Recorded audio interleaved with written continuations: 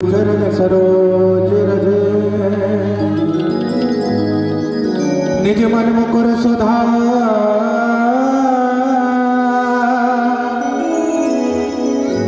वरण हो रघुवर विमल जसो सुजोदायक फल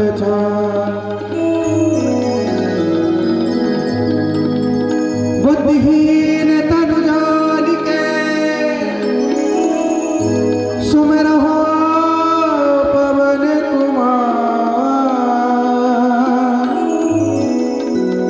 बल बुद्धि विद्या दे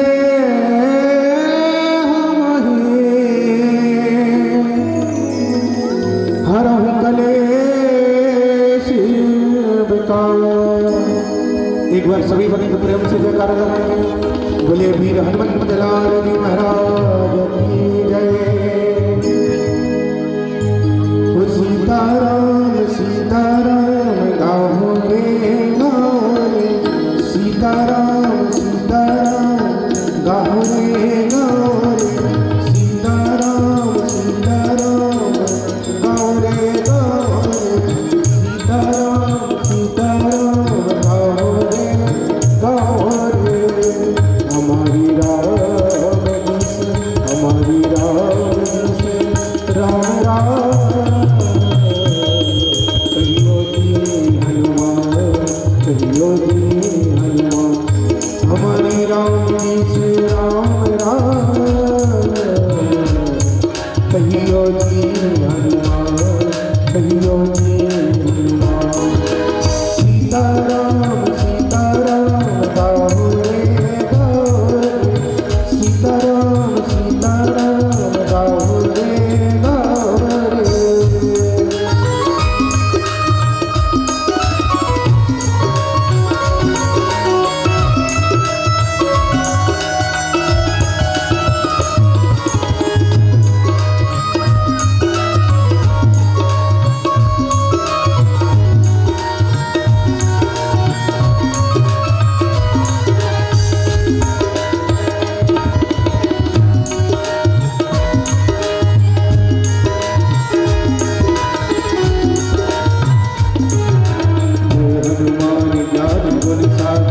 जय कपीस कहूँ लोग उजागर राम दूरिय दुलित वन धामा। अंजनी पुत्र पवन सुतो महावीर विक्रम बजरंग सुमति निवार सुमति के संगी कुंजन वरण विराज सुवेशा। कानन कुंडल कुंजित केश हाथ वज्र ध्वजा विराज। कांधे मूज जनेऊ साज सुंदर सुवन केसरी तेज प्रताप महाजगवंदन। विद्यावान गुणी अति चातुर राम काज करवे को चरित्र सुनवे को रसिया। राम लखन सीता मन बसिया सूक्ष्म रूप धरि सिंह दिखाओ। विकट रूप धरि लंक जरा भीम रूप धरि असुर संहार। रामचंद्र जी के काज सवार लाए सजीवन लखन जियाए। श्री रघुवीर हरष उर लाए रघुपति की बहुत बड़ाई। तुम प्रिय भरत सम भाई हमारी राम जी से हमारी राम जी से राम राम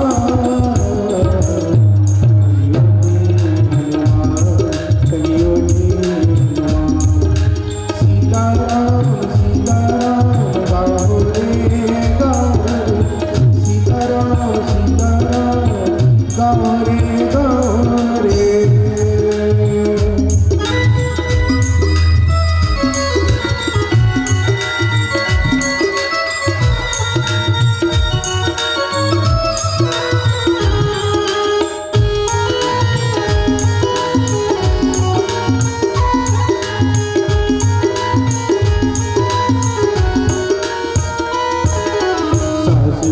तुम रोज सदाओ हस कह श्रीपति कंठ लगाओ।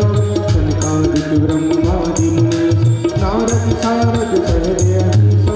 नम कुबेर दिगपाल जहान कवि कोविद कह सके कहते। तुम उपकार सुने बहिए राम मिला राज बदली। तुम रोमन विभीषण माना लंकेश्वर में सब जग जो जन पर राम शीलों धाम मधुर फल राम प्रभु मोदिका मेल मुखमा जल दिलाज के अचरजना दुर्गम काज जगत के देते सुगम अनुग्रह तुमरे देते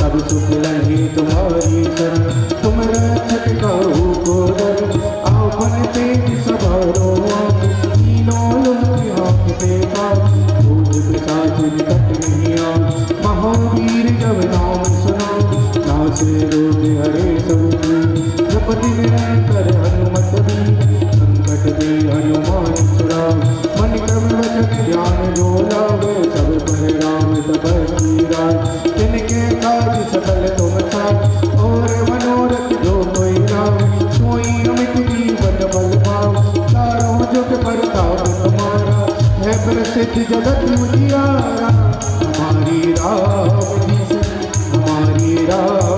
से राम राम कहियो जी हनुमान कहियो जी हनुमान सीताराम सीताराम गाओ रे गाओ रे सीताराम सीताराम गाओ रे गाओ रे साधु संत के तुम रखवार असुर निकंदन राम दुलार अष्ट सिद्धि नव निधि की दात असवर दीन जानकी माता राम रसायन तुम्हारे पास सदा रहो रघुपति के दास तुम्हारे भजन राम जी को पाओ जन्म जन्म के दुख विश्राम अंत काल रघुवर पुर जाई महाजन में हरिवंश कहा और दीर्घता सत्य नगर हनुमन से सर्व सुमरे संकट कटे मिटे सब दीना जो सुमरे हनुमत बलि जय जय जय हनुमान गोसाई कृपा करो गुरुदेव जो सदबार बात कर कोई झूठ है वन मका सुनो जो ये बड़े हनुमान श्रीसा होए सिद्ध साधु गोरे तुलसीदास सदा तेरा जी नाम जय माने नाम हमारी राम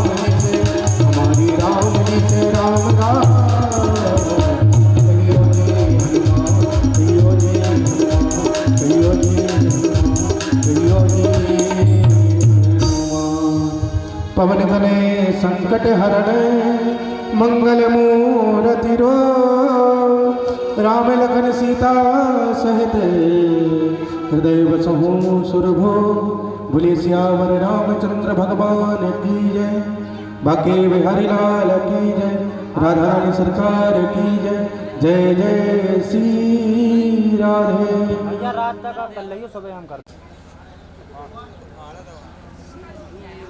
राधे श्याम राधे राधे राधे श्याम राधे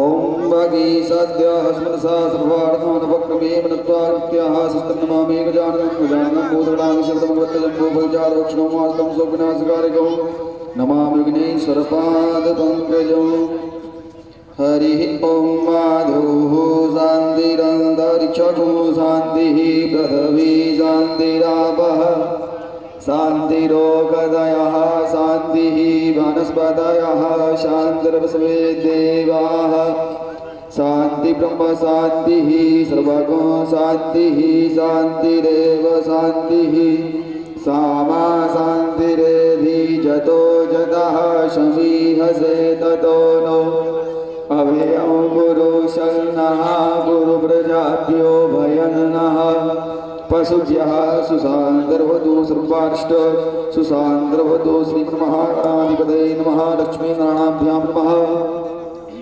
उमामहेश्वराभ्यां नमः जयपुत्राभ्यां नमः माता पिता जनकमनेभ्यो नमः अष्टदेवताभ्यो नमः कुलदेवताभ्यो नमः ग्रामदेवताभ्यो नमः वास्तुदेवताभ्यो नमः सर्वेभ्यो देवेभ्यो नमः सर्वेभ्यो ब्राह्मणेभ्यो नमः सर्वेभ्यो सन्तेभ्यो नमः शरवेभ्यो ऋषिभ्यो नमः सिद्धि बुद्धि रिद्धि सिद्धि सहिताय श्रीमन्महागणाधिपतये नमः।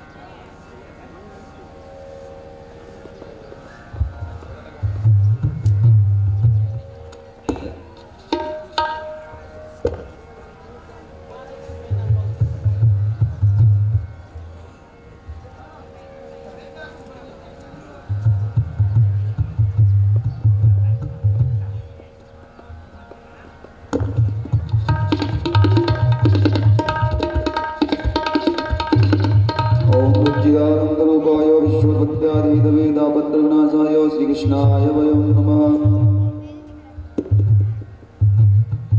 पुराण पुरुषोत्तमाय नमः। सभी क्षेत्रवासियों को शुभ किया जाता है।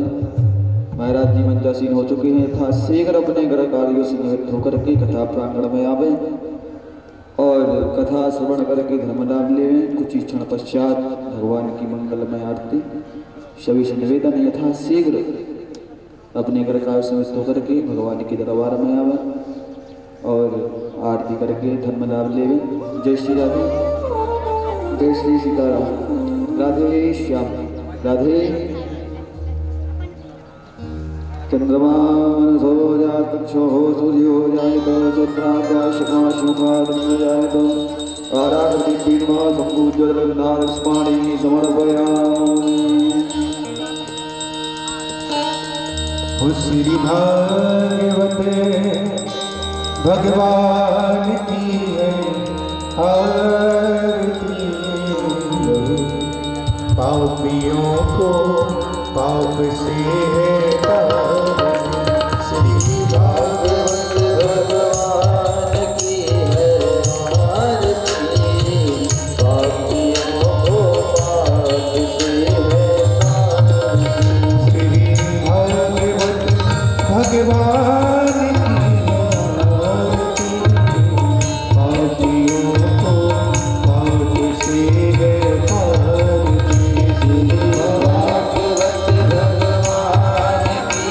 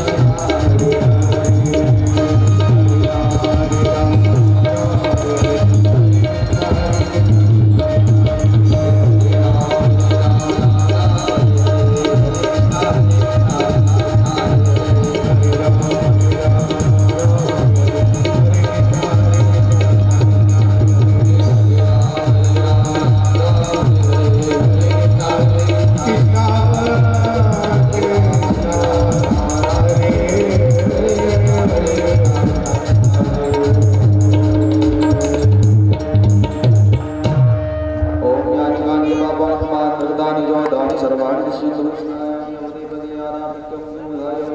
जलेन शीतलीकरणम् आराधिक्यं पुष्पै देवाय वन्दनम् आत्माभिवन्दनं करौ संसोद्भवतमन्तपुष्पाञ्जलिः हरिः ॐ जतनेनज्ञमयन्तदेवास्तानि धर्माणि प्रथमान्य शृण्वत्येहनाकं महिमानः सजन्तु यत्र पूर्वे साध्याः सन्ति देवा हरिः ॐ नन्दनन्दनाय विद्महे यशोदानन्दनाय धीमहि तन्नो श्रीकृष्णः प्रचोदयात् नानासुगन्धपुष्पाणि यथा कालोद्भवानि च पुष्पाञ्जलिर्मयादत्यो गृहाणः परमेश्वरो भगवते श्रीपुराणपुरुषोत्तमाय नमः षण्कमलेषु मन्त्रपुष्पाञ्जलिं समर्पयामि। बोल गजानन गणपति भगवान की, उमापति महादेव की, जगदम्बे माई की, रामलाल सरकार की, अयोध्या धाम की, पुराण पुरुषोत्तम भगवान की, व्यास जी महाराज की, अपने अपने माता पिता की। जय जय श्री राधे, जय जय श्री राधे, जय जय श्री राधे। सभी लोग अपने अपने स्थान पर विराजमान हो जाएं। जय श्री राधे भैया।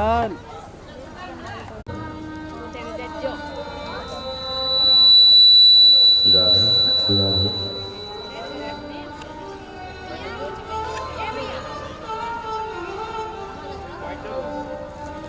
श्री राधे राधे राधे श्री राधे श्री राधे श्री राधे श्री राधे।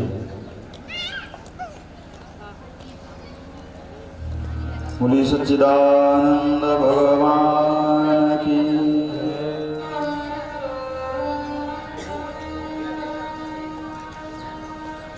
स्वस्ति श्री गणेशाय नमः।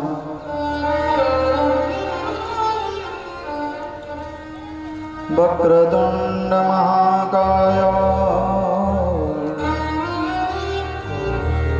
सूर्यकोटि समप्रभ निर्विघ्नं कुरु मे देव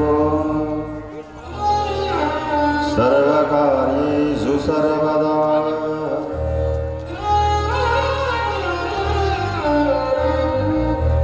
नमः परमहंसाय स्वादत चरण कमल चिन्मकरन्दनाय भक्तजनमानस निवासाय श्री रामचंद्राय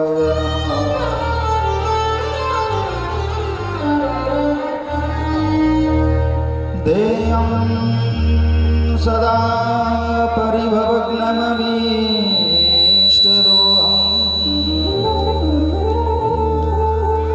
तीर्थास्पदं शिवविरञ्चिनुतं शरण्यम्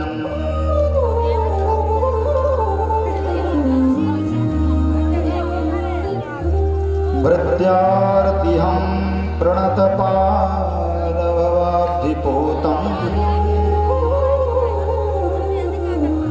वन्दे महापुरुषते चरणारविन्दम्।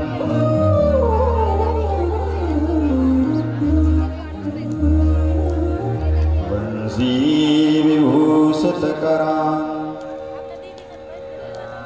नवनीरदाभा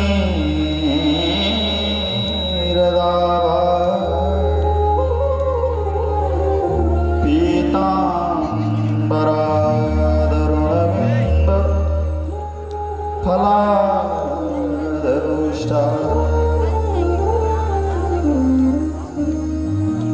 पूर्णेन्दुसुन्दरमुखा दरविन्दनेत्रा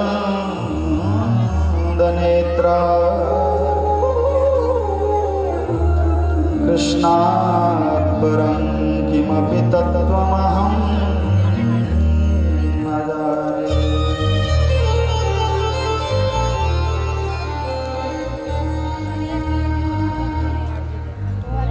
उल्लङ्घसन्दो सलिलं शरीरं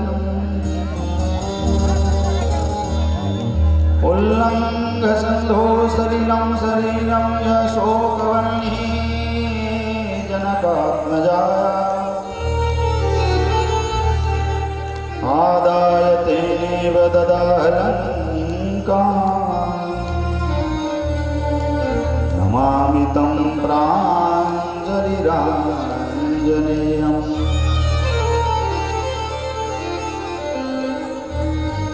सानन्दमानन्दवने वसन्तम्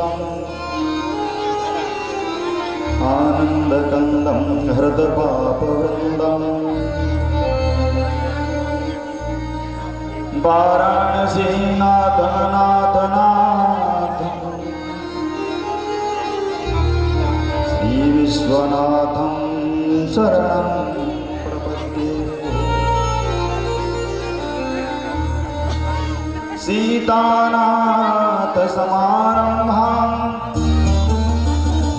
श्रीरामानन्दार्यमध्यमाम्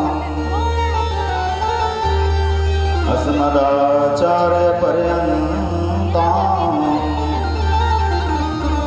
वन्दे श्रीगुरुपरम्पराम्।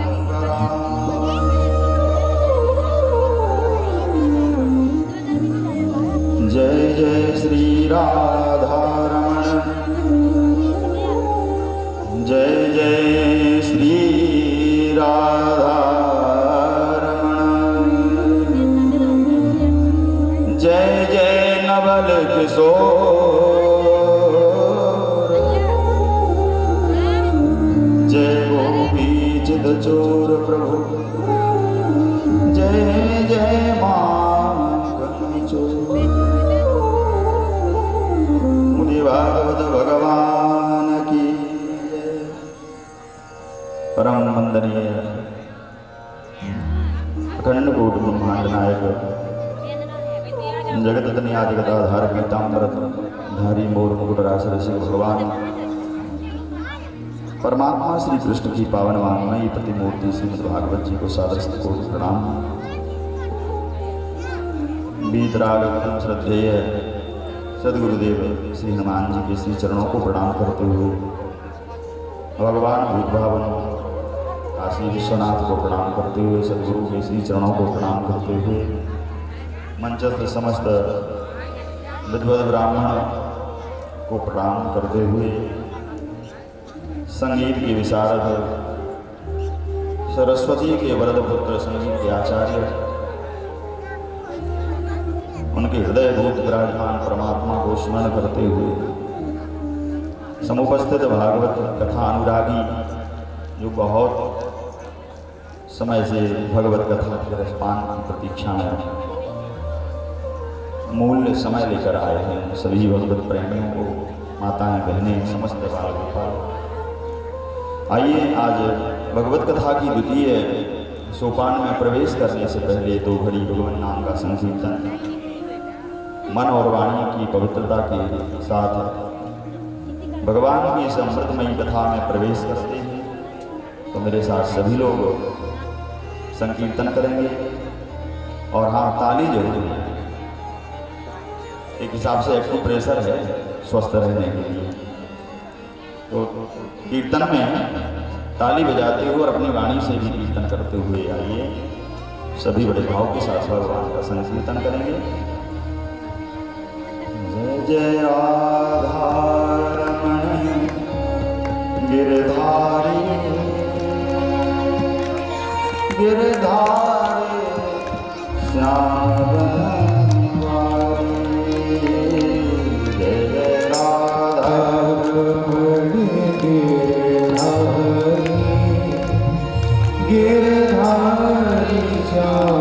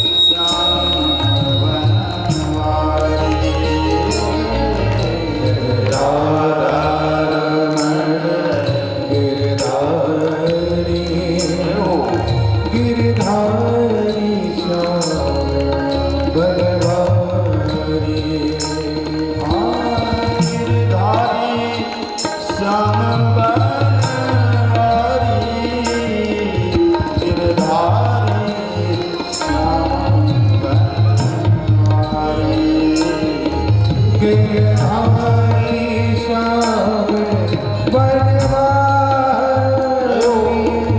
गिरधारी श्याम बनवारी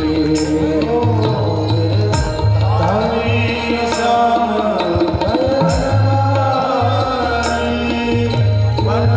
बनवारी श्याम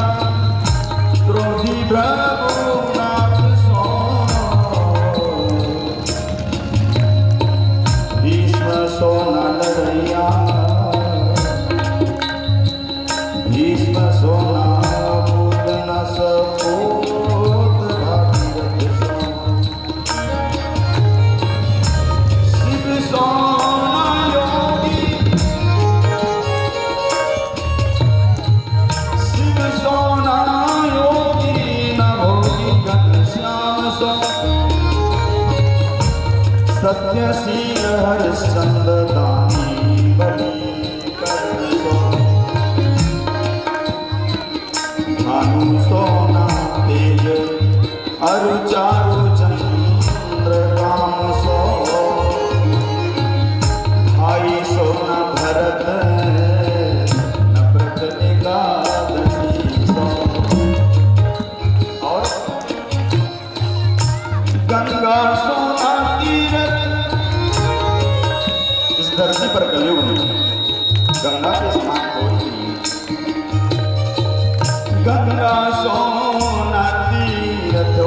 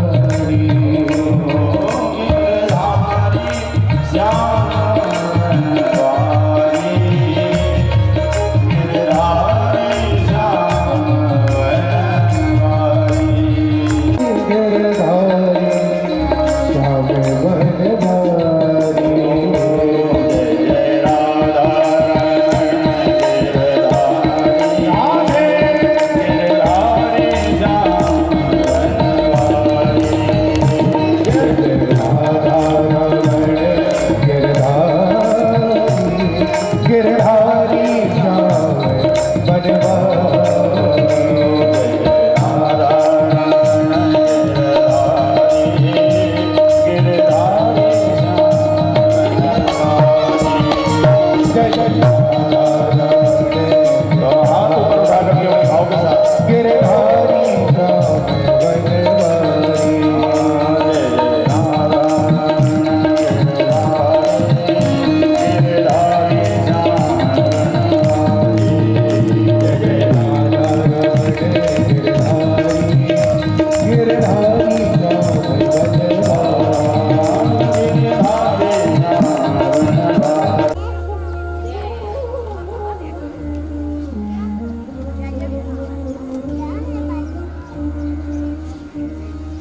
जाको राखे साइया, जाको राखे साइया, मार सके ना कोई, बाल न बांका कर सके, जो जग बैरी हो।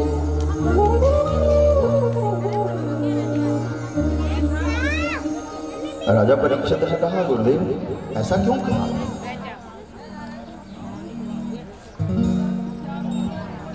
तब सूत जी महाराज ने शौनकादिक ऋषियों से कहा, देखो जो भगवान का भक्त होता है उसको संसार में कभी किसी का कोई उसका कभी कोई बुरा नहीं कर सकता। कितने बैरी हो जाएं, कितने उसको दुख देने वाले हो जाएं, परंतु जिसके साथ गोविंद हैं और जिसके साथ परमात्मा है वो निर्भय है। तो कृष्ण कृष्ण महाबाहो भक्तानां भयंकर, त्वमेको दह्यमाना अबवर्गोऽसि संस्कृते। महाभारत का भयंकर युद्ध श्री सूत जी शौनकादिक ऋषियों से वर्णन करते हुए कहते हैं कि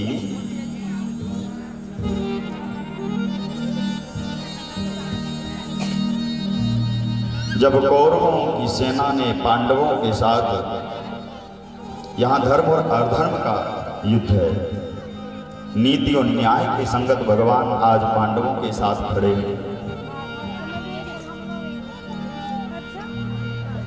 देखो भगवान सदा धर्म के साथ खड़े हैं। विचार करना, दुर्योधन दिग्दिगांतर के राजाओं के साथ, विशाल सेना के साथ कुरुक्षेत्र की उस भूमि में खड़े हुए हैं और एक तरफ पांडव जिनके साथ केवल परमात्मा खड़े हैं। लेकिन विजय कहां होती है? यत्र पार्थो धनुर्धरा तत्र श्री विजयोर्भूतो। विजय कहां है? बोले जहां परमात्मा। विजय उसी की होती है जो भगवान के साथ है। धर्मो रक्षति रक्षिता, जो धर्म और न्याय के संगत लड़ने के लिए खड़े होते हैं परमात्मा, उसके साथ है। और आज देश की परिस्थिति भी ऐसे ही चल रही है। धर्म और अधर्म का युद्ध है। हिंदुओं से जागने की अपेक्षा की जा रही है, परंतु हिंदू सोए कब तक? बस धर्म के प्रति आसक्त नहीं थी, सोए कभी नहीं है हिंदू।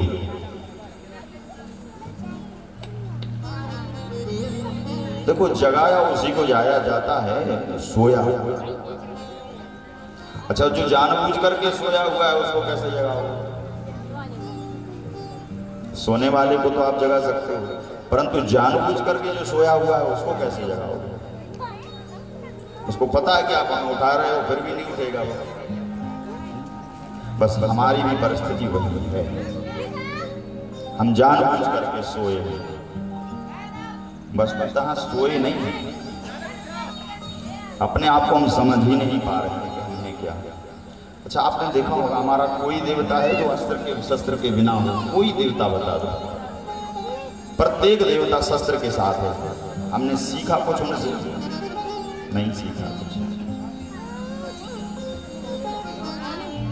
भगवान कृष्ण शास्त्र की बात करते हैं अर्जुन से, तो शस्त्र की बात भी करते हैं। हाँ प्रतिज्ञा को भी अपने भूल करके पहिए को लेकर के दौड़े थे मारने के लिए, कौरवों के लिए। क्यों? भीष्म से प्रतिज्ञा भी की थी भगवान ने, कहा आपके साथ रहेंगे पांडवों के लिए, कभी कौरवों के प्रति या किसी युद्ध में हम शस्त्र नहीं उठाएंगे। और भीष्म ने प्रतिज्ञा की थी कि हम शस्त्र उठवाएंगे, या गंगा पुत्र नहीं। तो भक्त की मान रखने के लिए भगवान ने शस्त्र को भी उठा लिया था। जब अर्जुन के पहिए को तोड़ा भीष्म ने रथ पर मार करके, द्रोण ने, तो जब पहिया टूट गया तो गुस्से में भगवान उसी पहिए को लेकर के मारने के लिए दौड़े थे। तो यहाँ क्या सीख मिलती है कि जब अगर हम पर कोई वार करने आ जाए, हमारे धर्म के प्रति कोई हमको मारने आ जाए, तब तो उस समय हमको खड़े हो जाना चाहिए, भागना नहीं चाहिए। भगवान भी कहते हैं तो प्रतिज्ञा की थी हम नहीं उठाएंगे शस्त्र, तो परंतु उस समय धर्म की बात थी, तब भगवान ने शस्त्र उठा लिया था। प्रतिज्ञा बाद में, पहले तो अपने आप की रक्षा की जाए। तो इसलिए जागे हुए को जगाने की बड़ी समस्या है, सोने वाले को जगाना चाहिए। तो हिंदू सोए नहीं है, तो हमें तो बस एक निवेदन ही है आप सबसे कि भाई सतर्क रहें, सजग रहें और धर्म से बंधे रहें। परंतु धर्म को एक तरफ करके केवल युद्ध की बातें नहीं करना चाहिए। भागवत में मतलब क्या है? भगवान हमको लड़ना सिखाते हैं कि आप अपनी रक्षा के लिए, अपने धर्म के लिए लड़िए, परंतु और भी विषय की कथाएं हैं भागवत में, वो भी हमको मिलना चाहिए। भागवत क्या है? एक महासमुद्र है और उसमें इतनी विविध कथाएं हैं, उनके वर्णन करने में ही महीनों बीत जाए महाराज। तो जब महाभारत के विषय की चर्चा हुई तो सूत जी ने शौनकादिक ऋषियों से बड़ी सुंदर कथा करते हुए कहा कि देखिए ऋषियों,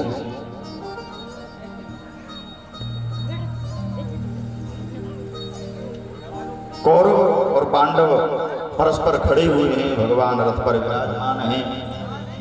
महाराज पांडु के 5 पुत्र जो धर्म के तरफ खड़े हुए हैं, धर्म की ओर से लड़ रहे हैं, और थोड़ी सी भूमि के निमित्त कौरव अपने ही सहोदर भाइयों को मारने के लिए खड़े हुए हैं। और ये युद्ध हुआ कैसे? केवल एक द्रौपदी के हंसने से। इसलिए माताओं से भी निवेदन है, व्यर्थ कारण कभी हंसना नहीं चाहिए। माताओं का भी एक धर्म है, माताएं चाहें तो परिवार और समाज को सुदृढ़ कर सकती हैं, और माताएं ही चाहें तो इस समाज को आपस में, परिवार को आपस में नष्ट भी करा सकती हैं। ये माताओं पर निर्भर है। इस कथा का तात्पर्य है, महाभारत किसी विषय चीज पर नहीं हुआ था, महाभारत केवल एक बात पर हुआ था, द्रौपदी के हंसने पर। एक बार जब हस्तिनापुर में यज्ञ चल रहा था, उस समय दुर्योधन आया तो महलों को देखा तो आश्चर्यचकित हो गया, इतना सुंदर महल और इतनी विविधताओं से भरा हुआ था वो महल कि आश्चर्य से परिपूर्ण। कहीं पानी दिखता परंतु पानी है नहीं, कहीं मानो आकाश में हम चल रहे हो परंतु आकाश है नहीं, इतना मायावी महल।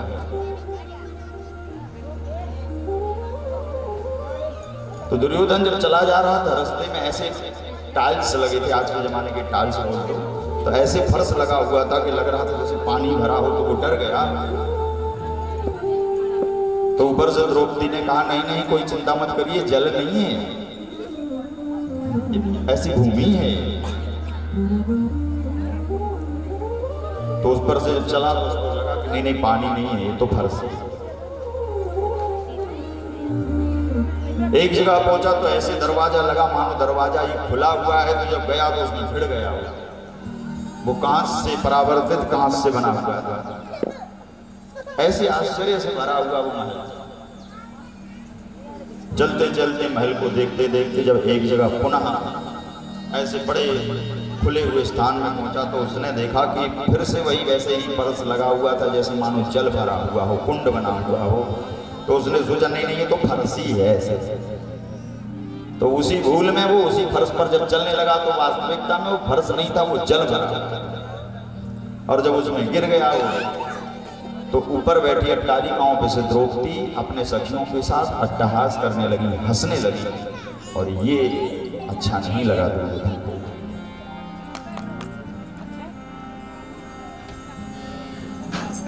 फिर भी उस अपमान के घूंट को पी करके दुर्योधन कुछ नहीं बोला, लेकिन जब चलने लगा तो एक शब्द धोखे से द्रौपदी ने बोल दिया, अंधों के अंधे ही होते हैं। और ये शब्द इतना बाण जैसा लगा दुर्योधन को, उसी समय मन में प्रतिज्ञा की कि मैं बताऊंगा कि अंधों के अंधे कैसे होते हैं। और किस केवल इसी शब्द पर, इसलिए शब्द के कभी पैर नहीं होते हैं। सोच समझ के बोला करें जीवन में, जो भी आया तुरंत नहीं बोल दिया कभी किसी से। विचार करो, नाप तौल करो, फिर सब सोचो। एक शब्द जीवन को बर्बाद कर सकता है किसी से या अपने। अच्छा, लोग एक दूसरे को मार क्यों देते हैं? केवल शब्द पर। देखा ना आजकल मिट्टी और कूड़े मकेड़े के जैसे लोग एक दूसरे को मार देते हैं, सोचते ही नहीं है कि मानव जीवन कैसे चलता है। जब मन आया मार दिया। विचार करिए, केवल छोटी सी एक शब्द, क्योंकि किसी को सहन नहीं होता। आज के लोग सहनशील नहीं है। आज के लोग अहम में डूबे हुए हैं। और देखो भगवान की प्राप्ति कब होती? मैंने कहा ना, सुबह आपको बताया था मैंने कि भगवान की भक्ति करने वालों को 4 चतुष्टय मिलते हैं। जो भगवान को साधना करते रहते ना ब्रह्मेश, जो भगवान को वास्तविकता में भगवान को चाहते हैं, दिखावे के लिए नहीं, शाश्वत सत्य के साथ भगवान को जो चाहते हैं उनको 4 चतुष्टय मिलते हैं। तो बाह्य 4 चतुष्टय होते हैं और एक होते हैं दुनिया से जाने के बाद के 4 चतुष्टय। तो दुनिया में रहते हुए 4 चतुष्टय कौन से हैं? बोले काम, अर्थ, धर्म, काम, मोक्ष। भगवान की भक्ति करने पर मनुष्य को क्या मिलता है? 4 चतुष्टय, अर्थ, धर्म, काम और मोक्ष। देखो मनुष्य को चाहिए क्या? अच्छा धन मिल जाए, खूब पैसे हों तो गाड़ी घोड़ा ले लें, बढ़िया मकान लेंगे, ऐसो आराम की एसी में रहेंगे, बढ़िया सुख सुविधाएं मिल जाए। यही तो मनुष्य का जीवन है। उसी लिए दौड़ रहे हैं रात दिन सब लोग, है ना? तो मूल क्या है? अर्थ, अर्थात धन। तो भगवान की भक्ति करने वाले जो नित्य प्रति भगवान का सेवन करते हैं उनको पहला क्या पदार्थ मिलता है? बोले अर्थ। तो धन होंगे तो फिर धर्म करेगा आदमी, यज्ञ करेंगे, भागवत करेंगे, भगवान की भक्ति करेंगे, तो धन ही सब कुछ है। तो दूसरा क्या मिलता है? अर्थ मिलेगा तो फिर आप दान करोगे, धर्म करोगे, खूब भगवान की भक्ति करोगे। तो फिर तीसरा पदार्थ आपके जीवन में आएगा भगवान की भक्ति करने पर, क्या?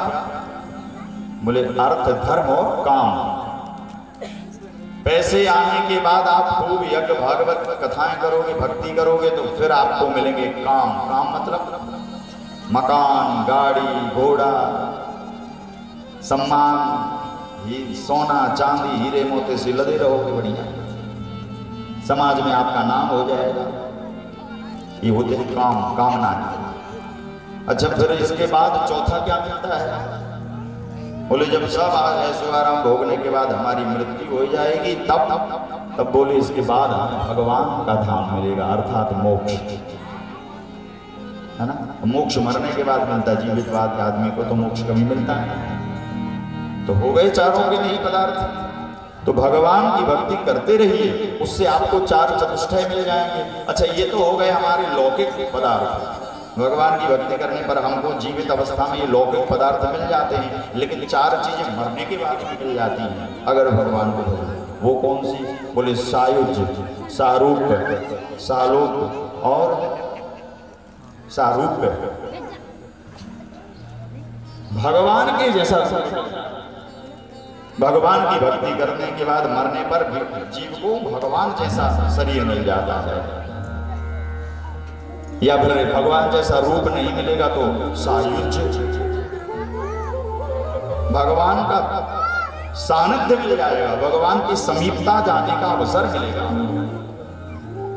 अगर ये नहीं मिला तो सालोक मिलेगा, अर्थात भगवान के लोक में रहने का अवसर, गोलोक में, वैकुंठ में ये जाने का अवसर आपको मिलेगा। कौन नहीं चाहता भगवान के लोक जाना?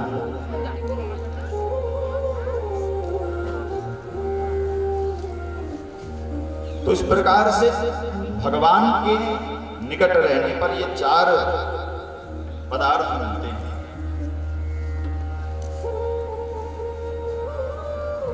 तो महाभारत के हम और पूर्व में जाते हैं। एक राजा थे, नाम था बृहद्रथ।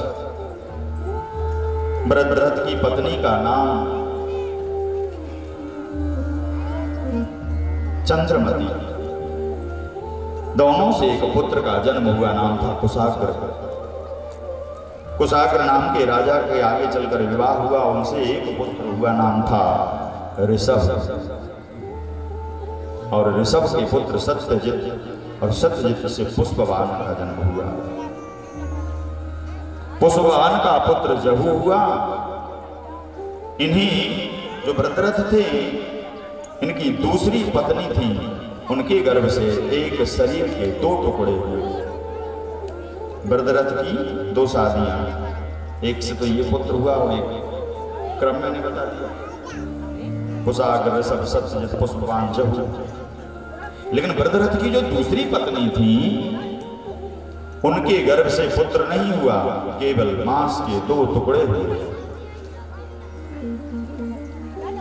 रात्रि में ही रानी ने उन दोनों मांस के टुकड़ों को जंगल में फेंकवा दिया, कोई देख ना पाए। उन मांस के लौथड़ों को जंगल में फेंक दिया। देव योग से आकाश से रात्रि में ही अनुचरी, जो रात्रि गमनी थी, निशाचरी, नाम था जरा। उस पिशाचिनी राक्षसनी ने नीचे धरती में पड़े हुए 2 मांस के लोथड़ों को देखा, तो नीचे उतर करके उन दोनों मांसों के शरीर को जोड़ करके मंत्र से अभिमंत्रित करके उसको जीवित कर दिया। जब वो पुत्र रूप में जीवित हो गया तो खुश होकर के उसने उसका नामकरण किया कि मेरा नाम जरा, और तेरी 2 शरीर की संधि करने के कारण तू पुत्र में परिवर्तित हो गया, इसलिए तेरा नाम जरासंध होगा। 2 शब्दों के वर्ण को, मेल को ही संधि कहते हैं, है ना, पढ़ा है।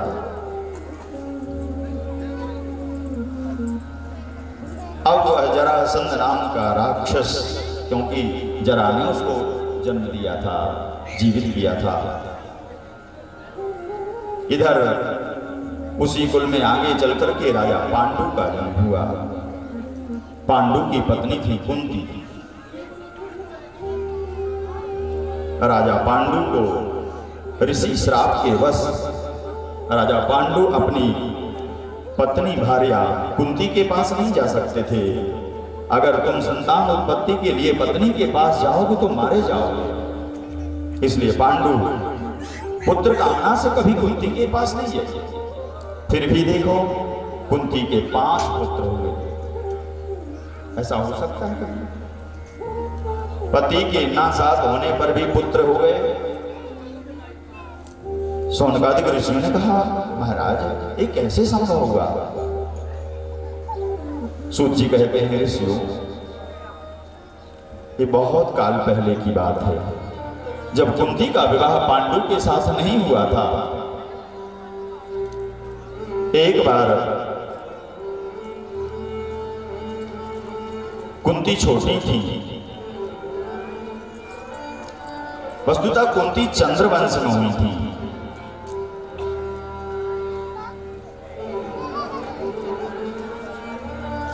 चंद्रवंश में ही जब भगवान कृष्ण के पिता आनक दुंदुभी वसुदेव जी जो थे, इनकी ही 5 बहनें थी। उनमें से बड़ी बहन का नाम ही कुंती था, इसलिए भगवान की ये बुआ थी। प्रथा अर्थात कुंती, श्रुतदेवा, श्रुतकीर्ति, श्रुतश्रवा, राजाधिदेवी, ये 5 बहनें थी कुंती की। वसुदेव जी के जो पिताजी थे ना, सूरसेन, सूरसेन के बड़े अच्छे मित्र थे। राम था उनका कुंती भोज राजा। भगवान कृष्ण के जो पिता हैं, इनके अच्छे मित्र थे कुंती भोज, सूरसेन जी के। तो एक बार सूरसेन जी कुंती भोज राजा के पास गए तो देखा उनके पास जब संतानें नहीं थी तो सूरसेन जी को बड़ा दुख हुआ कि मेरे मित्र के पास कोई संतान नहीं है। तो सूरसेन जी ने अपनी बड़ी कन्या कुंती को ही कुंती भोज राजा को दे दिया, आप इसको ले लो। ध्यान से सुनना, यही प्रथा कुंती जो है गोद दे दिया। कुंती भोज राजा ने लालन पालन करके बड़ा किया। एक दिन की बात है, कुंती भोज राजा के यहां दुर्वासा ऋषि आ गए। जैसे ही उस कन्या के लक्षणों को देखा तो दुर्वासा जी बड़े खुश हो गए और कहा, बेटा इधर आओ, मैं तुमको विद्या देता हूं। ये मंत्र जब तुम मन में बोलोगे ना और जिस देवता का आवाहन करोगे वही देवता उपस्थित हो जाएगा। अच्छा, बोले हाँ। वह मंत्र दे करके दुर्वासा चले गए, परंतु जिज्ञासावश कुंती ने सोचा कि हो सकता झूठ भी हो, तो देखूं तो कि मंत्र सही है कि गलत है। सो एक सरोवर के किनारे भगवान को अर्घ दे करके मन ही मन भगवान सूर्य का चिंतन किया। सो एक क्षण में भगवान सूर्य उपस्थित हो गए। देवी कुंती, हम तुम्हारे मनोभाव से बड़े प्रसन्न हैं, वरदान मांगो। कुंती ने कहा, मुझे कुछ नहीं चाहिए।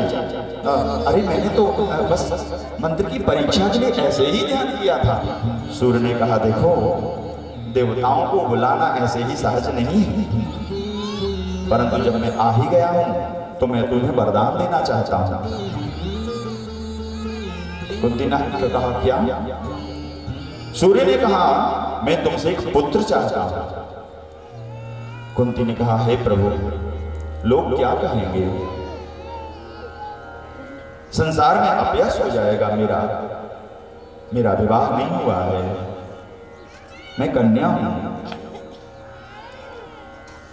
और बिना विवाह के पुत्र हो जाएंगे तो संसार के लोग क्या कहेंगे मुझसे? मैं किसको मुंह दिखाऊंगी? भगवान सूर्य ने कहा, नहीं, आप चिंता मत करिए, बिना आपके शरीर को स्पर्श किए हुए ही आपको संतान प्राप्त हो जाएगी। आप अपवित्र नहीं होंगी, आपसे प्रकट होगा मेरा पुत्र। तब देवी कुंती ने सूर्य के प्रति आश्वस्त होकर के सूर्य ने तथास्तु कह करके एक क्षण में ही एक पुत्र उत्पन्न किया और माता कुंती को समर्पित कर दिया। इसी पुत्र को आगे चल करके उसी क्षण कपड़े में लपेट करके उसी सरोवर में के द्वारा नदी में प्रवाहित कर दिया उस कुंती ने, संसार के अपयश के लिए। और उसी का नाम आगे चल राजा कर्ण हुआ। बहते हुए यही कर्ण आगे जाकर के एक सूद को प्राप्त हो गया। उसी सूद ने उसका लालन पालन किया, इसलिए वो सूद पुत्र हो गया। लेकिन जब सूर्य ने देखा कि मेरे पुत्र को तो बहा दिया, भविष्य में इसको कोई भी मार देगा, तब सूर्य भगवान पुनः धरती पर आए और कर्ण को अपने कुंडल और कवच दोनों को देकर के उसकी सुरक्षा के निमित्त अक्षय वरदान देकर के अदृश्य अंतर्धान हुए। अब इसी मंत्र के वशीभूत जब आगे चल करके राजा पांडु से कुंती का विवाह हुआ और श्राप बस पांडु संतान उत्पत्ति नहीं कर सकते थे, तब माता कुंती ने पुनः